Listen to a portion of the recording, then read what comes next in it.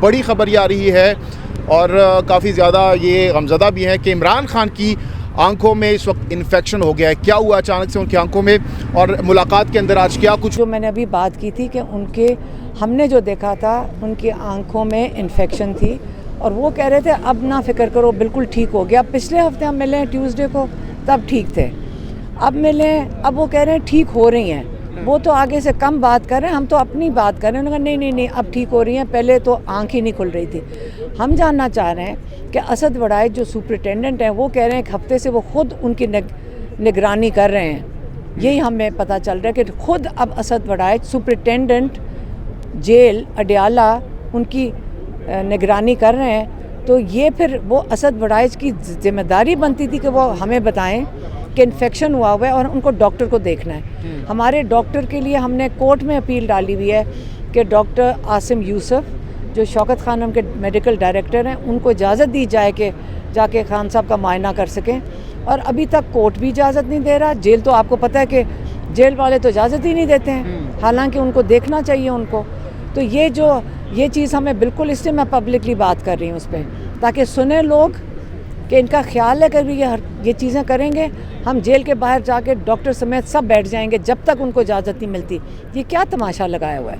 और असद वड़ाइच जवाब देगा अगर दोबारा उनको कोई इस किस्म की इन्फेक्शन हुई। एहतजाज की कॉल भी दे दी गई है खान साहब की जानब से। हाँ, ये उन्होंने हमें बताया था कि 10 तारीख को वो हमारे सामने जो बात हुई उसके बाद तो वो आपको पता है कि जो पॉलिटिकल लोग हैं वो बात करेंगे, लेकिन उन्होंने ये बात की थी कि 10 को मैं चाहता हूँ कि सारे इलेक्टेड वाले भी अपने मैंडेट के लिए पुरअमन एहतजाज करें। और जो अली मोहम्मद खान ने बयान दिया था कि हम सबसे बात करने के लिए तैयार हैं, उस पर क्या वजाहत दी गई? नहीं, इमरान खान ने बड़ा क्लियरली बताया आज कि देखें मैंने ट्रूथ एंड रिकन्सिलिएशन एक कमेटी बनाई थी नेल्सन मंडेला ना जेल से निकल के कि हमने किसी के साथ जुल्म नहीं करना, बदले नहीं उतारने। और इमरान खान तो आपको पता है कि वो तो उल्टा है, उस किस्म के इंसान है कि बदला छोड़ें, वो तो सबको माफ़ करने को तैयार होते हैं। तो ये बात माफ़ी की नहीं है, लेकिन उन्होंने कहा जिन्होंने डाका डाला इस मुल्क पे, जिन्होंने चोरी किया है, जिन्होंने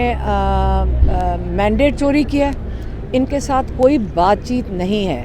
और उन्होंने कहा कि हमारे माशरे के लिए बहुत बुरा है क्योंकि कल आप कहेंगे कि जो जेल में लोग बैठे हैं फिर दरवाजे खोल दें। उन्होंने तो छोटी छोटी चोरियां की होंगी, शायद उन्होंने कोई मेरे ख्याल में टीवी चोरी कर लिया होगा। जो बड़ा डाका है उसको माफ़ करके हमारा मुआशरा तबाह हो जाएगा। हमें इसके ऊपर मुफाहमत वो बिल्कुल नहीं करेंगे। लास्टली बताइएगा, आज की समाअत के बाद कितनी पुरुमीद है इमरान खान की रिहाई को लेकर? आज शुरू हुआ है केस। देखिए, जब हम जेल में थे तो कोर्ट 11 बजे तक लगता था, हमें तो आदत ही नहीं, 1 घंटे के अंदर कोर्ट ख़त्म हो गया। वहाँ तो हम 10-10 घंटे बैठते थे, वो तो इतनी जल्दी में थे। अल्लाह करे कि ट्रायल कोर्ट की तरह हाई कोर्ट भी ज़रा, हमारा स्टेमिना बहुत है, 4-4 घंटे 10-10 घंटे बैठा लें हम बैठने को तैयार हैं। अगर 1-1 घंटा करके हर हफ्ते सुनना है तो हम चाहेंगे, हम दुआ करेंगे कि हमारे हाई कोर्ट के जजेस में उतना ही स्टेमिना हो जितना हमारे ट्रायल कोर्ट के जजेस में स्टेमिना है।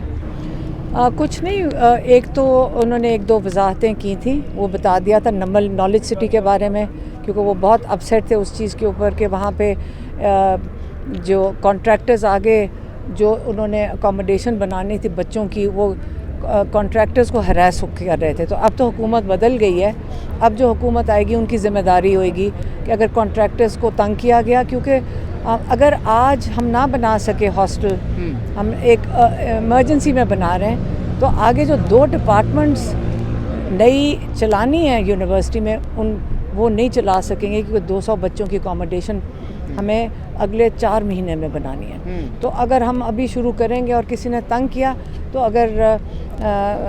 अगर उन्होंने तंग किया तो फिर हम पुरजोर एहतजाज नंबर यूनिवर्सिटी के बाहर करेंगे अगर किसी ने हमारे कॉन्ट्रैक्टर्स को तंग किया।